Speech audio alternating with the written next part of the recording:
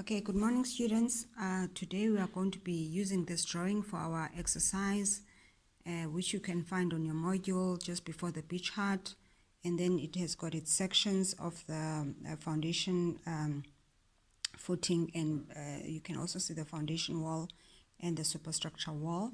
So we are going to be doing the same thing that we've been doing previously, just to deal with the site works. We get the dimensions for both the horizontal and the vertical, and then we get what the area is going to be for our site works. And then because you can see that on this particular drawing we've got a setback, so which means that we are going to have deducts, which I have written over there. And because we don't have anything else to do, that is where we are going to end for our site works. And then you write end of site works. You have your A, you have your B, and you have your page 1. And then now we go to collects, and you can see that if we go back to our drawing, you'll see that we've got a 270 brick wall externally, we've got a 220 brick wall internal wall, and we also have got a 110 internal wall. So we are going to start with our 270 cavity wall in superstructure. And remember, in our section we are told that we've got 2950 as our superstructure height. So that is what we are going to be using over there, 2950 millimeters high. And then we take the dimensions as we had from our site clearance calculations, multiply by 2 for the horizontal, multiply by 2 for the vertical. We get our cross center line, we deduct the 4 by 2 by half by 270, which is 1080. We minus that from that, and we get our center line, which we then transfer to our dimensions column. We do the same thing for our 270 brick wall and foundations. So we go to our section and we try and determine what is going to be our foundation wall.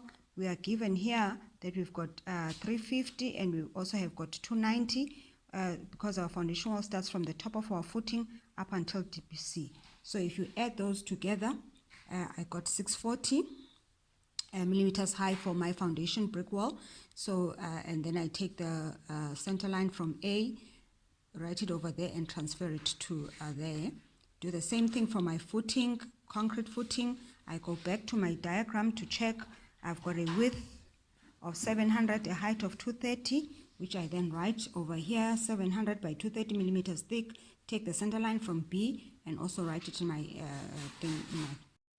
Then I also go to my excavation, excavate for the trench.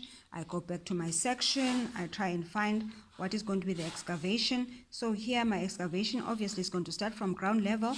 I have 290, to which I add the 230, and I get 520, which is going to be my my height of my excavation. And then I take from C, the center line, and I transfer it to my dimensions column. Now, because in this particular example we've got 3 types of walls, then I'm not going to end at D as I did before. Now I'm going to go to E, and E is going to be my 220 brick wall. Remember, if we go to the drawing, you can see we have got a 220 brick wall, and the 220 brick wall, we are going to start looking at its dimension from there, and it is going to end over there. So it is going to be within our external wall. So what I have done is I just took the total dimension for my vertical, which was 7285, and I minus the 2 times 270 brick wall, and I got 6745. So that then becomes my center line for my 220 brick wall. And then I do the same thing for my 220 brick wall in foundations. It's going to be 640 also, because the heights are the same. And then from E, I got the center line, transfer it to my dimensions column, and I get to the concrete. Concrete, do the same thing, go and find out what are the sizes of my, what's the size of my concrete. It's 620 by 230. So I write that on the concrete thick, and then I take from F, I take my center line.